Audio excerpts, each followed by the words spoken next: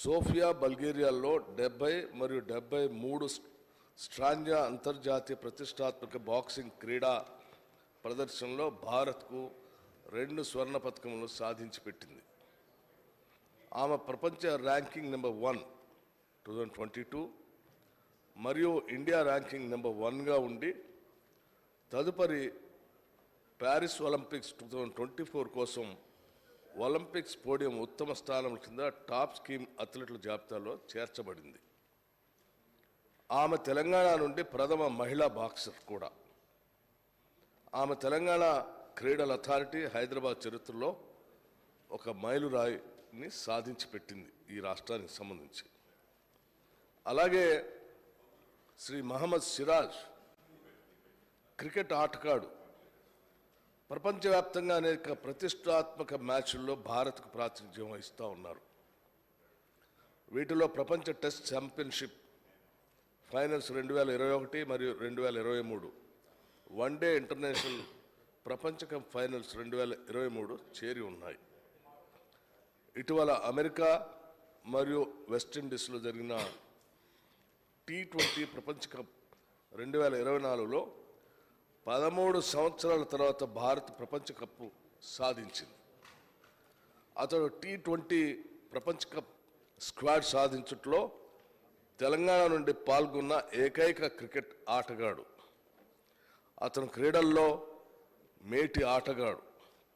మన రాష్ట్రానికి అంతేకాకుండా దేశానికి కూడా ఘనమైన కీర్తి ప్రతిష్టలు తీసుకొచ్చారు.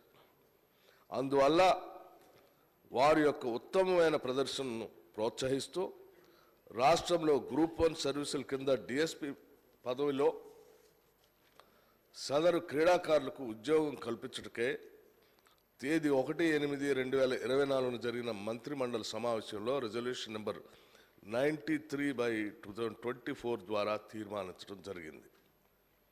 అయితే వీరిని స్పోర్ట్స్ కోటాలో నేరుగా నియమించడానికి ప్రస్తుత చట్టంలో నిబంధనలు లేనందువలన వారి నియామకానికి వీలు కల్పించే విధంగా 1994లోని 2వ చట్టంలోని 4వ విభాగానికి సవరణ కోసం ముసాయిదా బిల్లును రూపొందించి శాసనంగా చేయాలని దీన్ని ప్రవేశపెడుతున్నాం.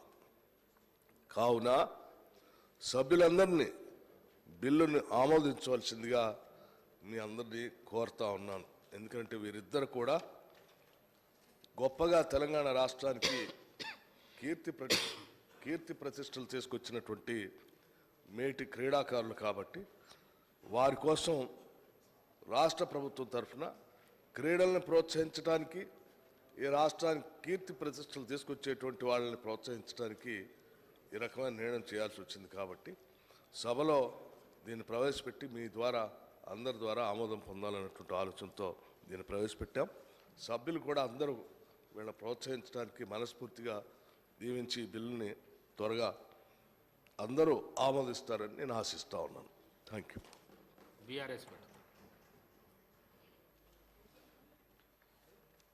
అధ్యక్ష, ఇవాళ వాస్తవంగా చాలా సంతోషంగా ఉంది. నిఖత్ జరీన్కి కావచ్చు,